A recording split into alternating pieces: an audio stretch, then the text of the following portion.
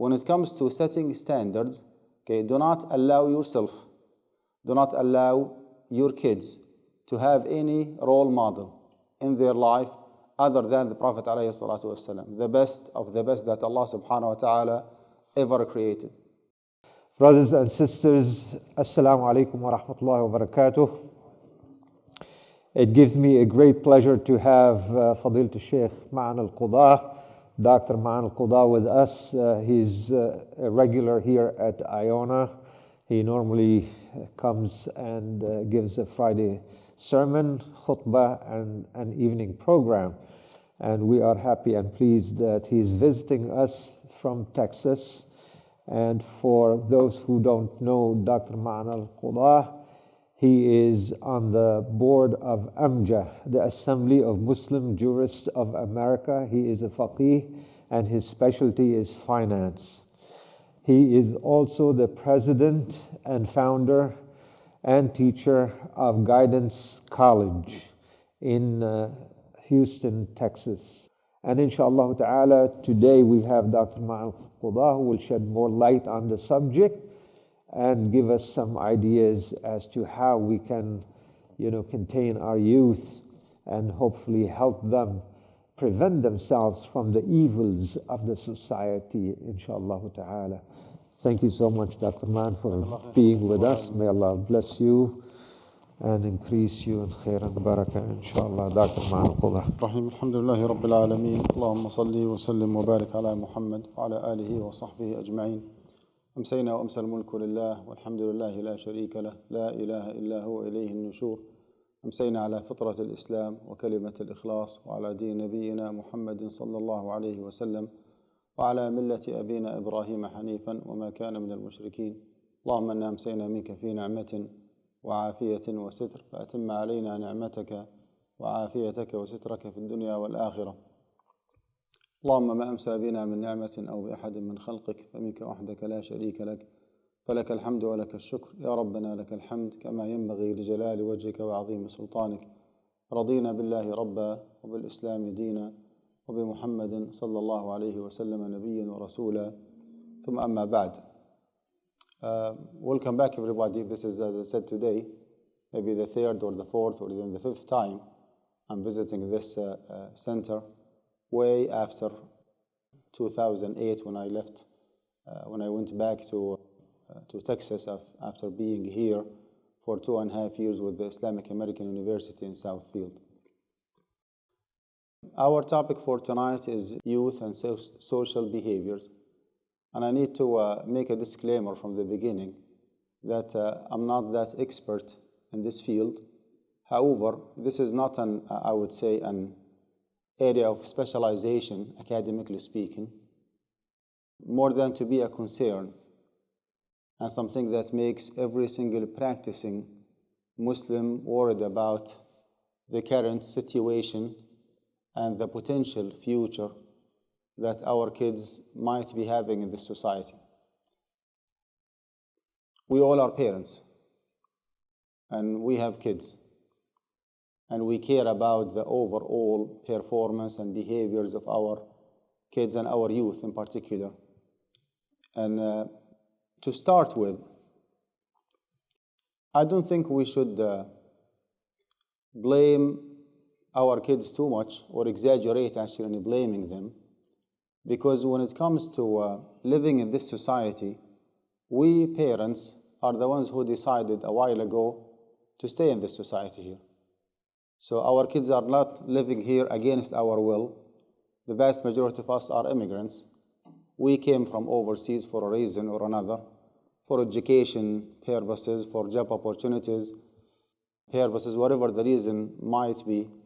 And our plan a while ago was just to stay for a few years until we get our degree or degrees and just go back home. SubhanAllah, it ended up being just one way. We came here and we found ourselves after a few years getting married and just establishing our life and consequently having kids.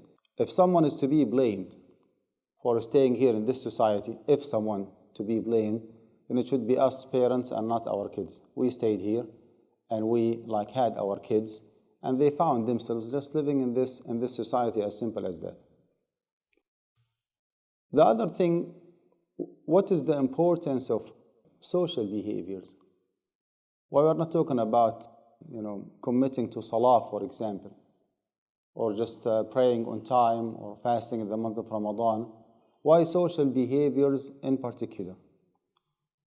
In my opinion, you might agree or might disagree, when someone actually behaves him or herself, it means that he has religious values. He has religious values.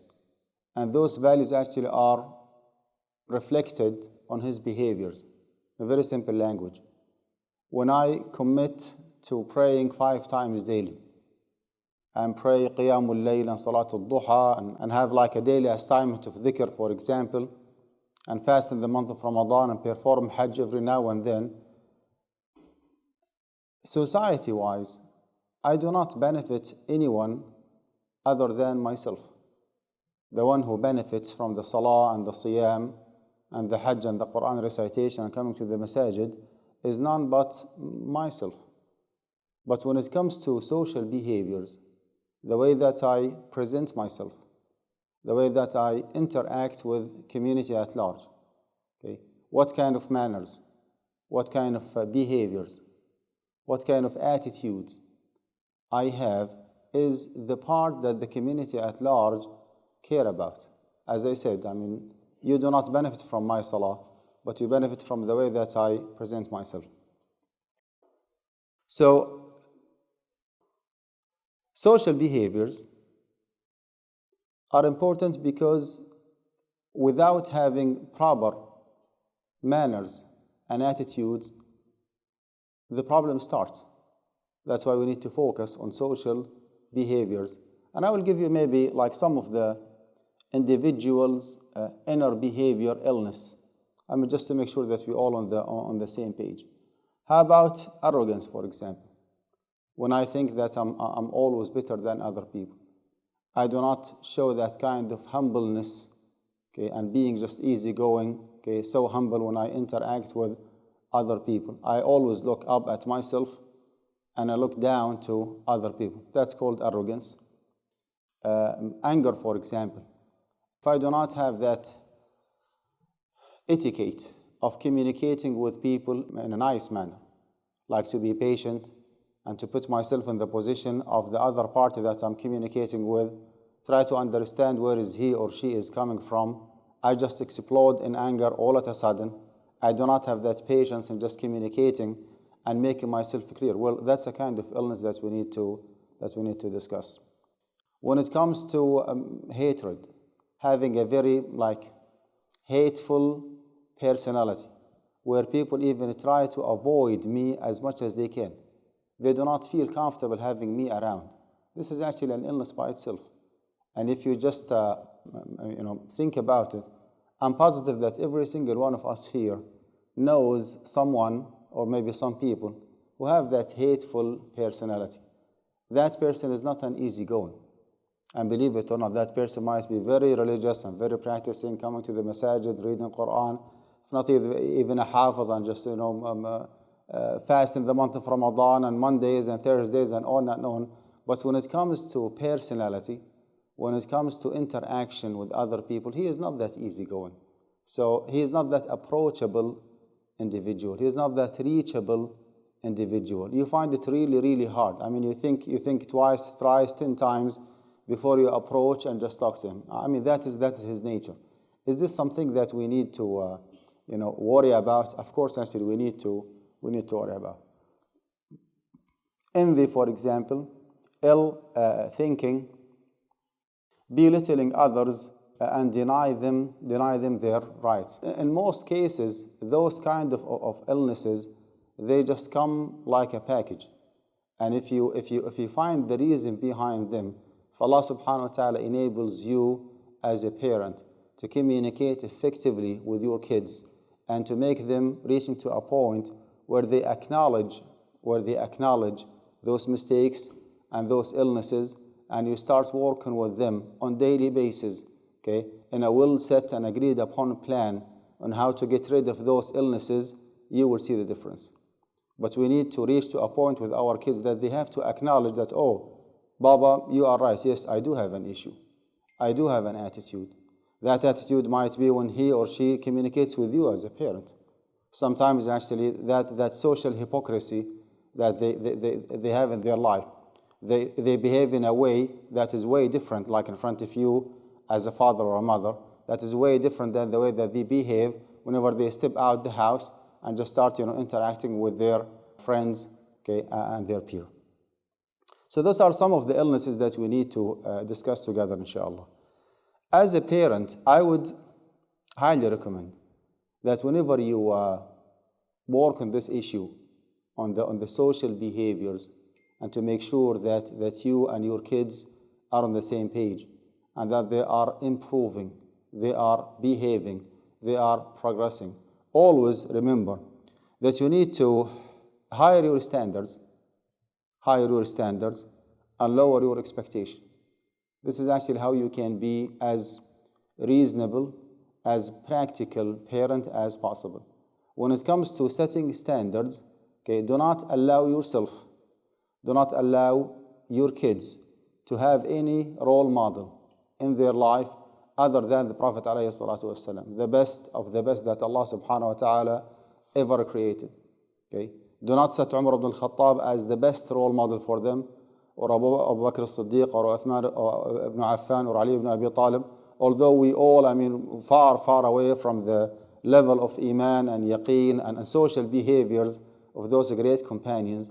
But when it comes to setting standards, Allah subhanahu wa ta'ala did not choose Abu Bakr or Umar or Uthman or Ali as the role model. He said, وَإِنَّكَ لَعَلَى خُلُقٍ عَظِيمٍ. He said, لَقَدْ كَانَ لَكُمْ فِي رَسُولِ اللَّهِ أُسْوَةٌ حَسَنَةٌ. So the Prophet ﷺ actually is al-uswatul hasana, is the role model, is the best model for us to follow. What does it mean from a practical perspective? When it comes to applying in our real life honesty and transparency with other people, we need to go back and just check the seerah of the Prophet ﷺ and see how transparent and how honest actually he was when he was interacting with his wife or with his wives, with his kids, with his friends, with his neighbors, with his companions, with his enemies. How transparent he was, okay? How honest he was, alayhi salatu wasalam. That message has to be delivered clearly to our kids, that if you want to be honest, here is the seerah of the Prophet alayhi salatu wasalam, and here actually what he did, okay, in that particular event, and you can tell how honest and how transparent actually he was, how strong he was, alayhi salatu wasalam, how capable actually he was to take the consequences of being honest and being transparent with the community. So higher your standard means that always be in the top when it comes to honesty, when it comes to transparency, when it comes to like being an honest individual, being responsible, being brave, okay, taking your responsibility. Always have very, very high standards. But when it comes to your kids' performance, okay, do not have like very high expectation. Have a very low expectation, because again, we are the ones who brought their kids to this society, or we allowed them like to be like brought up here and to live here, and that's why if we agree that staying in this society actually is an issue, that we need to find a solution for it, well, we are a part of the problem before we become a part of the solution. So it's a mutual responsibility. Let me put it this way: it's a mutual responsibility between us and our kids. Higher your standards and lower your expectation. Okay, if you get involved in a discussion with your child, let's take the honesty as an issue, and you agreed with him that from now on he has to stop lying at you, and then after 1 or 2 days you discovered that, oops, my child was lying at me again. After we just sat together, وَأَخَذْنَا مِنْهُمْ مِيثَاقًا غَلِيظًا, we made like an agreement, okay, that we will not be lying, from now on. And then you discover that your child is still lying. Do not be surprised. If you get disappointed, I cannot blame you. but do not be surprised. That's my point. Because actually, tarbiyah, bringing up our kids, is a very progressive and a very accumulative process. It's not, my kids are not a machine, you turn it on and you turn it off. And always remember that at a certain point, we have gone through the same challenges that our kids are facing nowadays. So in order for me to be an honest individual, I'm just taking this as a random example, to be an honest individual, I will be like committing a mistake, and I will be trying again, and then I will discover that, oh, I was not honest enough, and then I will try again for the third time, for the fourth time, until I straighten my behaviors and reach to a point where I'm really an honest individual. So again, if I made an agreement with my kids that we will not be lying from now on, and then I discovered later on that my child is still lying at me, or still lying at his or her teacher or at others, I might be disappointed up to a certain limit, but I should not be surprised. Okay? And I should not actually lose hope in working with my kids. I need to try over and over and over and over. This is actually what I mean by higher your standards and lower your expectation. Another, I would say, technique when it comes to interacting with our kids. You have two options. You can be a macro manager and you can be a micro manager. A micro manager actually is a kind of parents, please excuse me all, who put their nose in every single particular detail in the life of their kids. And they insist in checking their iPhone and find out who are those phone numbers and what are the websites that they have been visiting. And they go to their computer and they invade the privacy, and just all of a sudden they just, enter the bedroom of their kids, especially the teenagers. Some of us, honestly, act as police officers. And I call those people, or this kind of tarbiyah or interaction with kids, micromanagement. Micromanagement. Versus the other one is the macromanagement. Macromanagement, it means that do not zoom in too much and just put your nose in every single tiny detailed behaviors of your kids. Okay, no. Rather just zoom out, okay, and try to get the overall picture. Overall picture means that talk to your kids. Do not give up. Talk about transparency. Talk about honesty. Talk about self-consciousness, like being, watching Allah subhanahu wa ta'ala 24/7, staying away from committing sins. Keep talking about it, but do not investigate. Do not act as a police officer, okay, in which your kids actually would reach to a point where they do not even feel comfortable having you around them, because they know that you act as a police officer. Do not be a police officer. Do not invade the privacy of your teenagers or of your kids. You do have the right to do so, but my personal recommendation, do not reach to that point. Because if you do so, you will be getting more and more disappointed. You will be discovering mistakes and sins and mistakes and sins in which you do not even want to know about it. So just zoom out, look at the whole picture. Okay, even if you realize something wrong, do not put your child on the spot every single time. There is something we call it at-taghaful. At-taghaful actually is the intentional overlooking of the mistakes of others. That's called at-taghaful. And actually it's a wonderful strategy if you can master it. Okay, you see your child or your teenager son or daughter doing something wrong in front of you. It does actually happen every now and then that I see my kids, misbehaving themselves, not in my absence, no, in my presence. And I just act as if nothing happened. It doesn't mean that I'm weak. It doesn't mean that I'm irresponsible. Well, I can just, I can interfere and take my responsibility immediately. I can put my son or my daughter down right away. I can insult, I can even assault him or her. I can do that, but this is actually not the right way of handling the situation. And subhanAllah, in a very humble experience, the more you apply at-taghaful, the intentional overlooking of the mistakes of others, the more respect and appreciation your kids actually will be showing you. They are not like silly individuals. They know, they feel, they sense, they realize that, oh, by the way, I have done something wrong, and Baba or Mama actually was there, but he did not talk to me. well, they will appreciate it actually more than what you think. So macro management actually is way better than micromanagement.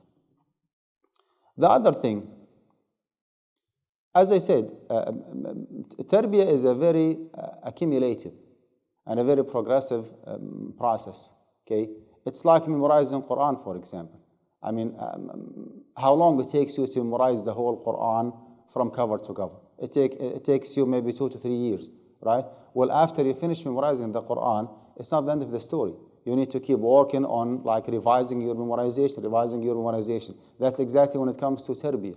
Okay, even if you reach to a point with your kids that they, alhamdulillah, they started behaving themselves, and you are happy with their overall, like, social behaviors, you need to maintain, okay, you need to help them maintaining that level of social behaviors.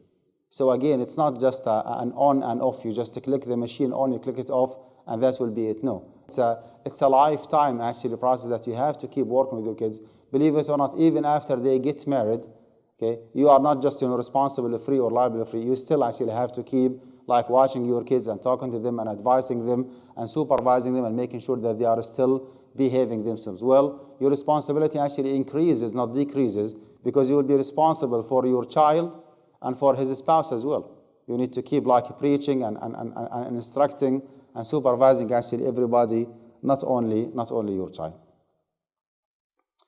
Something else that we might forget about, which is the importance of al-qudwatu al-hasana. In a very simple language, I have to set myself as a good example and a real model to my child.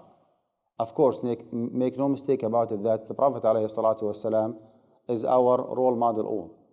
But actually our kids want someone live, someone who is living with them, interacting with them, showing them, okay, on the real life, on the ground, how to practice your deen and how to be like a real proud Muslim, how to be socially responsible, how to behave yourself, how to present yourself in a reasonable manner. The problem that we face here is that our kids always compare what we say, we parents, and what we do. And once they discover that we say something and we do something else, we put ourselves actually in a big trouble with our kids. Okay, my real asset as a parent is my credibility. Once I lose my credibility, it's really hard to recover it and to regain it back again. If my kids discover that I'm not that honest individual, every now and then as needed, whenever I find myself on the spot, I just lie to find an exit to myself. I always talk to them about generosity and supporting needy individuals. They have never seen me in any fundraising in town raising my hand and just making donation. I always talk to them about the importance of reading Quran, being connected with the words of Allah subhanahu wa ta'ala, but they have never seen me opening the Mus'haf, okay, and reading. I talk to them about the importance of waking up early for Salat al-Fajr, but they know for a fact that I'm not a regular attendee for the masjid, for Salat al-Fajr. An example actually go on and on. Whenever they discover that there is a big difference, there is a gap between what we say, parents, of course, we say something good. Oh, Baba, you need to do this, you need to do that. But when it comes to ourselves, parents, we do not do what we ask our kids to do. Okay, that kind of difference between what we say and what we do put us parents in a big trouble with our kids. And once we lose our credibility, then actually we cannot proceed with monitoring and supervising our kids. I do not believe that comparing living in the US versus going back so-called home, whether your home is Jordan or Saudi Arabia or Algeria or Bangladesh or Pakistan, I disagree that we are talking about white and black issue. It is not. In other words, I do not believe that the difference when it comes to social behaviors, when it comes to level of righteousness, when it comes to immersing ourselves in a good environment for ourselves and our kids to practice our deen and to stay away from temptations, it's not white or black. It might be the case a while ago, maybe 30, 40, 50 years back, it might be like white and black. But nowadays, actually, because of the technology, because of the communication, because of the internet, it's not the case anymore. Whatever mafasid and temptations you find here, you will find them overseas and not even more. So again, it's not a white or black issue. Okay, whether you decide to stay here in this society, or you go to UK, or you go to Australia, or you go to Saudi Arabia nowadays, or you go to Jordan. Maybe you watch the news and you see what's going on nowadays in some Gulf countries and how much fasad actually they have. With this in mind, back to our topic, one of the main tools that we need to take into consideration is to consider sending our kids to Islamic schools. And I know very well what does it mean Islamic school in the US. I know for a fact it's not a white or black. It's not like white and black if you compare public school to an Islamic school. It's not like goodness versus evil. It's not the case, period. I know for a fact I've been involved in Islamic education since I came to the US back in 2000, 2001. And I know how humble actually is the level of performance and the academic performance and even the tarbiyah, okay, of the Islamic schools. Overall speaking, sending kids to Islamic schools is safer, okay? I know that even within the Islamic school, they do have some social issues, and the qualification of the teachers and their ability of raising the kids and supervising the kids and improving the level of morality and modesty and religiosity of our kids is humble, and always there is a room for improvement, even when it comes to their ability of teaching them even Quran and Arabic as second language and Islamic studies. There is a long way for those schools to go. I know that for a fact.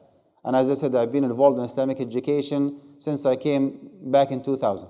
Nowadays, I'm the assistant director of one of the schools called Houston Quran Academy. Maybe you can look it up or Google it, Houston Quran Academy, one of the, alhamdulillah, most successful schools in the Houston area, academic-wise, and even Quran and Islamic studies-wise. And I see actually almost on daily basis a lot of issues that we have to work on. But again, if you make an overall comparison between the level of religiosity and commitment and provision of, I would say, a reasonable environment for the kids. I know that boys and girls get intermingled together. I know that some bad behaviors take place every now and then. I know that our kids talk about pornography and talk about drugs and in the Islamic schools. I know that for a fact. But overall speaking, if you compare the level of deviation from the right path in the Islamic schools versus sending our kids to public schools, wallahi, there is no way to compare. All the bad behaviors, all the bad manners that you could ever think about are existing in the public school system. And if you send your kids to a public school, while you do have an Islamic alternative, the Islamic schools around in the area are reasonable, are reachable, you can send your kid, you are committing a crime. Literally, wallahi, you are committing a crime. You are jeopardizing actually the social behaviors, if you wish, of your kids. And I have a personal experience with our kids in the community. I know some of them went to Islamic school, some of them went to public school, and subhanAllah, after 5 or 10 years of them graduating, I still see the difference between the one manners and behaviors and social behaviors, if you wish, between the one actually who went to public school versus the one who went to Islamic schools. I know Islamic schools are not in the same level. Some of them are very advanced, some of them are average, some of them even below the average. But overall speaking, if you want to choose, if you have two evils, and one of them actually is less than the other, which one you go with? You go with the less evil one. Okay? Let me put it this way. The less evil one actually send our kids to Islamic schools. When you decide to do so, do not have a peace of mind, do not feel comfortable that, okay, I did my job. Okay, you want me to send my kids to Islamic schools? I did send my kids to Islamic school. Well, this is actually incorrect. Okay, it has to be a collaborative effort between the family at home, parents, and the school at the same time. If parents and teachers are not on the same page, then the goal actually will not be achieved. Yes, I understand that teachers stay with my kids in the Islamic school for 8 hours, and I as a parent do not have the ability and the time to spend 8 hours with my kids. I know that teachers stay with my kids more than what I do. This is for fact, right? We spend maybe 1 or 2 hours between lunch and dinner and just socialization and teaching and tutoring our kids, maybe 1 to 2 hours a day, and that will be it. By the time we get together, it's 9 or 10 o'clock, they go to bed, and the next day they go to school, okay, and on and on. I know this is for fact. But my point here is that we need to make sure that we're all on the same page. Okay, we reach to a point that there is no communication between parents and teachers. We do have a like parents-teacher conference every now and then in our school back in Houston Quran Academy, and a good number of parents actually do not show up. Good number of parents do not show up. They do not even care. Well, they do care, but they do not actually ask about their kids to that extreme, to that point. Okay, they do have the right to come and just have 10-15 minutes with every single teacher, asking him or her, how is my son or my daughter doing in the math, in the social studies, in English, and math, and manners, behaviors, Quran, tafsir, Islamic studies. Some of them actually do not show up whatsoever. And they start blaming the school and the teachers toward the end of the year. Oh, I sent my son or my daughter to Islamic school. I pay thousands of dollars tuition fees, and here is the result. My son is not improving. My son is not doing this. My son is not doing that. Well, again, it's a collaborative effort. It's a joint effort. It's a partnership, if you wish, between schools and parents. If we are not on the same page, and everybody actually is doing his or her best to improve the social behaviors of our kids, then we are not on the same page, and the goal actually will never be achieved. When it comes to our masajid, do you think that our masajid are up to the challenge when it comes to shaping, okay, and correcting the social behaviors of our kids, of our teenagers, our youth? My answer, and I wish wallahi I'm wrong, my answer actually is no. My answer is no. Up to date, our masajid, generally speaking, I'm not talking about certain masjid, our masajid are not family-oriented place for the Muslim family to come. If the brothers are welcomed, the sisters are not. If the brothers are welcomed, the youth actually are not. Because when they come to the masjid, they expect something different. They look at the masjid as a youth center. They want to have fun. They want to play. They want to socialize. Okay. Sometimes they come like for tutoring purposes. Okay. Are our masajid equipped to be like a good environment and a good place and a very persuasive place for our kids to come, to enjoy, to spend hours? My answer actually is no. And that's why there was a trend maybe since 10, 15 years ago is to establish what is called youth centers. So every masjid actually should have a youth center. Maybe the masjid itself can be acting as a youth center. Youth center actually is way different than a masjid. Until today, whenever our kids come and jump around, we do not tolerate that. Oh, you cannot talk in the masjid. Okay. Sometimes we put them down, sometimes we shout, we scream. Once we do so, our kids actually do not find it suitable for them to come to the masjid again. So we kick them out from the masjid, directly or indirectly.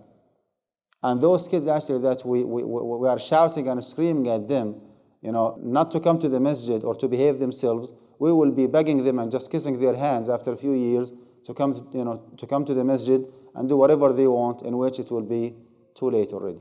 So we need to work together as Muslim community, as Muslim leaders, as imams, as parents, to make our masajid as accommodating as possible.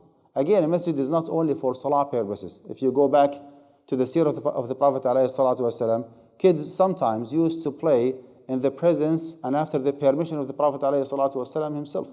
Hadith al-ahbash الذين كانوا يلعبون في المسجد. Prophet ﷺ actually was watching them playing inside the masjid. I completely understand that when it comes to salah time, we have to make sure that the masjid actually is quiet. But let me ask you this. How long it takes us to perform the salah?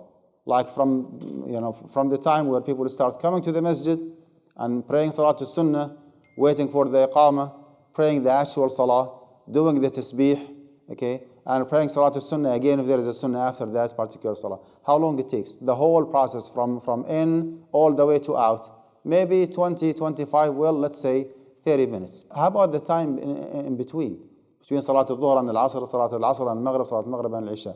Yes, I have to make sure as an imam and as a community leader that the masjid actually is quiet enough and suitable enough for salah. But after the end of the salah, let the kids play. There is nothing wrong with that. Okay, if we can involve some sport activities, some social activities, sleep over, maybe tutoring, okay, maybe halaqah for the youth, that will be wonderful. Whatever it takes, we have to make sure that our masajid are welcoming and accommodating our kids enough. The other issue that I have with the masajid is that our imams, including myself, are not youth-oriented imams.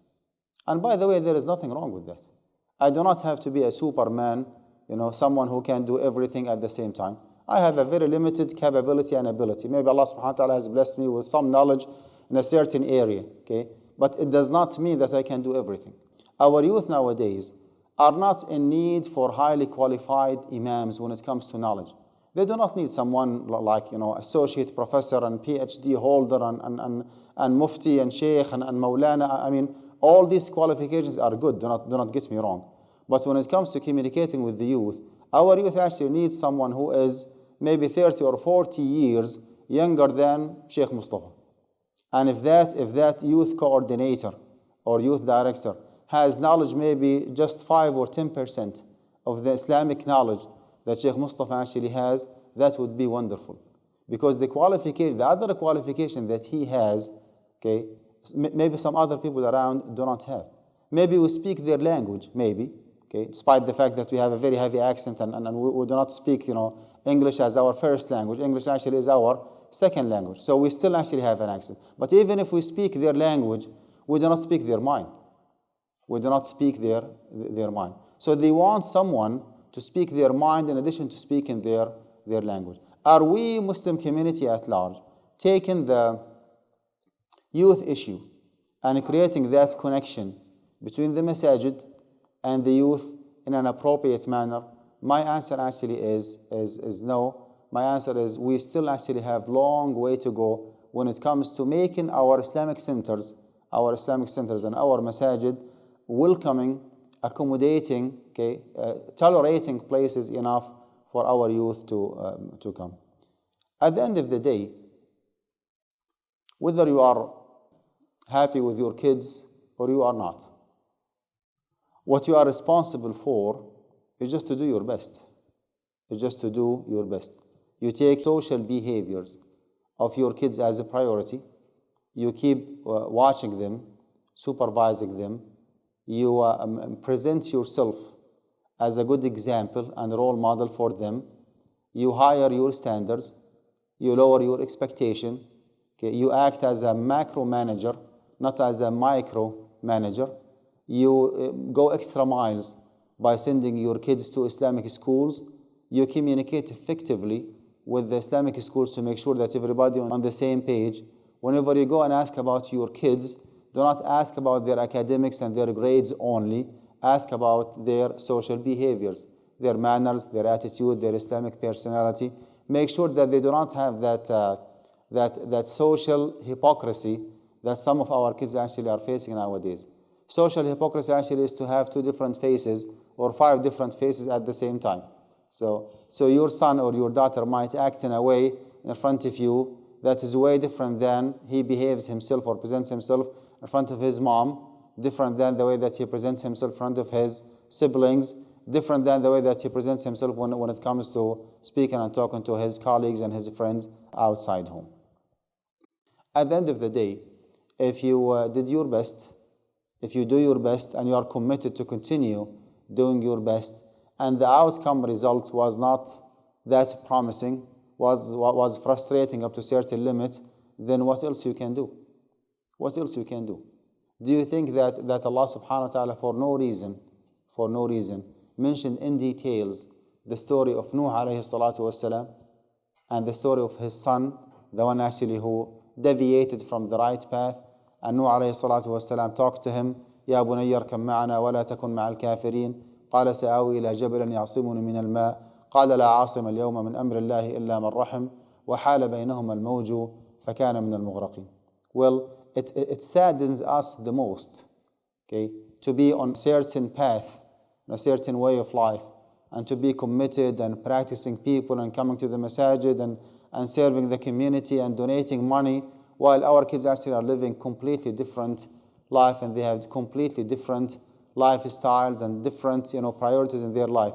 This is actually something really, really hurts us. But again, at the end of the day, what else we can do? And again, if you go to the Quran and read, definitely there is a wisdom behind mentioning the story of Nuh alayhi salatu wassalam. Well, no one can claim that he or she has iman and yaqeen and commitment and covenant with Allah subhanahu wa ta'ala like Nuh. Well, Nuh alayhi salatu wassalam was a prophet, was a messenger. And no one can claim that our kids nowadays are as bad as the son of Nuh alayhi salatu wassalam. Well, Nuh was a prophet and messenger, okay, and his son actually was a kafir. We are not prophets, and our kids are not kuffar. So alhamdulillah, I mean, the overall situation actually is not that bad. As I said in the beginning, this is not a fiqh topic that we just listen to a lecture and we take some fiqh rules and we apply them. No, it's a social issue. It's an educational issue.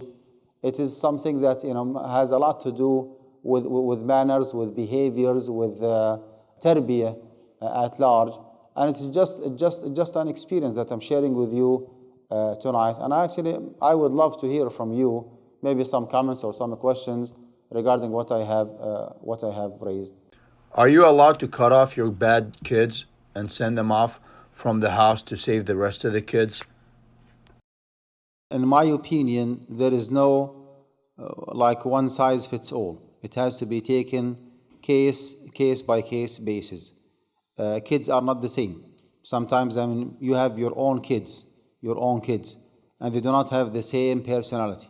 Some of them are easygoing, okay. Some of them are hardgoing. Some of them are just stubborn. Some of them actually are obedient. So again, there is no one size fits all. There is no one solution that fits perfectly fine with each one. If you think as a parent that your particular child is resistant and stubborn enough, and the only way to behave him, okay, or to sharp his personality is to avoid him or to boycott him, do not talk to him for a few days, go for it.